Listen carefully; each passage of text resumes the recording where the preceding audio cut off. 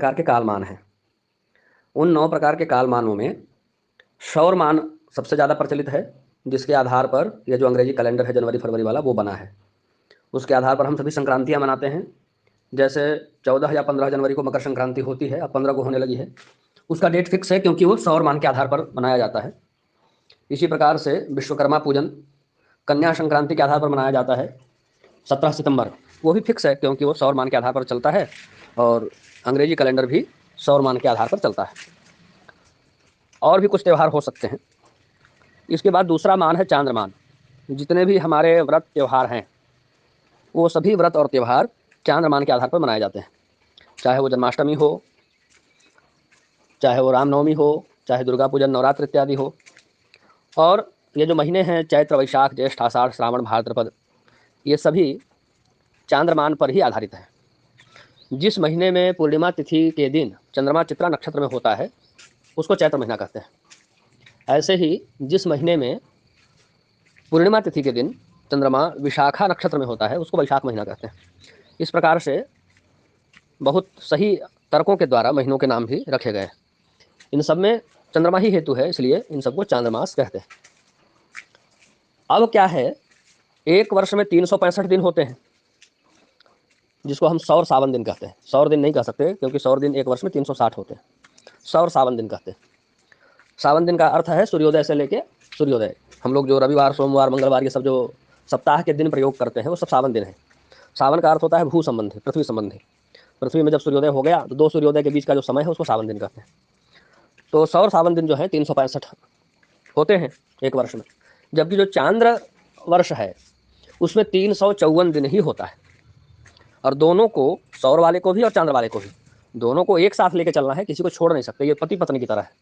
पति पत्नी साथ चलेंगे तो कुछ देर बाद होगा कि पति आगे निकल जाएगा, पत्नी पीछे रह जाएगी। तो बेचारा इंतजार करेगा कि हमारी श्रीमती जी थोड़ा पास आ जाएं, फिर हम लोग फिर साथ में फिर से यात्रा शुरू करें। तो ज्योतिष में भी सूर्य को राजा, चंद्रमा को रानी माना गया है, पति पत्नी की तरह है। ये दोनों साथ नहीं चल सकते, पर इनको अलग भी नहीं किया जा सकता, इनको लेकर ही चलना पड़ता है। यही कारण है कि 365 दिन होते हैं सौर सावन दिन और 354 होते हैं चांद्र दिन। जब 365 में 354 घटाइएगा तो उत्तर आएगा 11।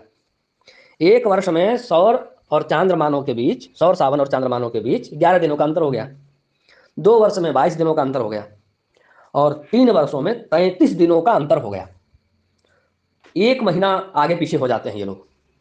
तो इसलिए किसी एक चांद्र मास को डबल कर दिया जाता है ताकि फिर इनको मिला के एक साथ चला जा सके, फिर ये लोग साथ साथ चल सके। एक महीने का अंतर को पाटने के लिए, मिटाने के लिए एक अधिक मास आता है। वो चांद्र महीने में ही आएगा। चैत्र, वैशाख, ज्येष्ठ, आषाढ़ इसमें ही आएगा, सौर महीनों में नहीं आएगा, चांद्र महीनों में ही आएगा। और अधिक मास ज़्यादातर बार शुरू के 6 महीनों में आता है। चैत्र, वैशाख, ज्येष्ठ, आषाढ़, श्रावण, भाद्रपद, इनके बीच में, ये जो 6 महीने हैं शुरू के, इनके बीच में ही ज़्यादातर अधिक मास आता है। ये है अधिक मास की बात। अब इसमें हम लोग कैसे पहचानते हैं, ज्योतिषी लोग, कि कौन सा महीना अधिक मास होगा, कौन सा महीना अधिक मास नहीं होगा? इसका निर्णय करने का भी कोई फार्मूला है क्या? क्योंकि अगर फार्मूला नहीं होगा तब तो कोई ज्योतिषी किसी को बता देगा, कोई किसी को बता देगा, भाई मनमर्जी हो जाएगी। तो ऐसा नहीं है, उसके भी सिद्धांत हैं। जिस चांद्र महीने में सूर्य किसी भी राशि में प्रवेश नहीं करता है उसको अधिक मास कहते हैं। उसमें सूर्य की एक भी संक्रांति नहीं होगी, संक्रांति रहित मास होता है, उसमें संक्रांति नहीं होती। किसी भी महीने को सूर्य ही शुद्ध करता है, अग्नि शुद्ध करती है किसी वस्तु को। इसलिए सीता जी की शुद्धता की परीक्षा के लिए अग्नि परीक्षा ली गई। अग्नि किसी भी चीज के दोषों को दूर कर सकता है और अग्नि का साक्षात प्रतीक भगवान सूर्य है। संसार में जहां कहीं भी अग्नि दिखाई पड़ती हो, चाहे वह बृहस्पति अग्नि हो, दाक्षिणात्य हो, जो भी हो, सभी अग्नियां सूर्य का ही कहीं न कहीं, सूर्य को ही कहीं न कहीं प्रतिबिंबित करती हैं। ये तीनों जो है, वासवाग्नि, दाक्षिणाग्नि और बृहस्पत्याग्नि, ये सभी जो है वैदिक अग्नियां हैं। अग्निहोत्री लोग इनका प्रयोग करते हैं। संसार में भी 3 अग्नियां प्रचलित हैं, दावा नल, बड़वा नल और जठरा नल। कहीं भी अग्नि देखिए, सूर्य ही को ही वो लोग प्रतिबिंबित करते हैं। सूर्य साक्षात प्रतीक है अग्नि का। जिस महीने में सूर्य की संक्रांति ही नहीं हुई, जो महीना सूर्य से, अग्नि से शुद्ध ही नहीं हुआ, वो महीना अच्छा नहीं माना जाता, इसलिए उसको और अधिक मास कहते हैं। तो उसमें कोई भी ऐसा कार्य जो जीवन में कभी ना किया गया हो या प्रथम बार किया जा रहा हो उसको नहीं करना चाहिए। जिसमें हम लाभ लेना चाहते हैं, हम पूजन करने के बाद क्या करते हैं? हवन, अग्नि में आहुति डालते हैं।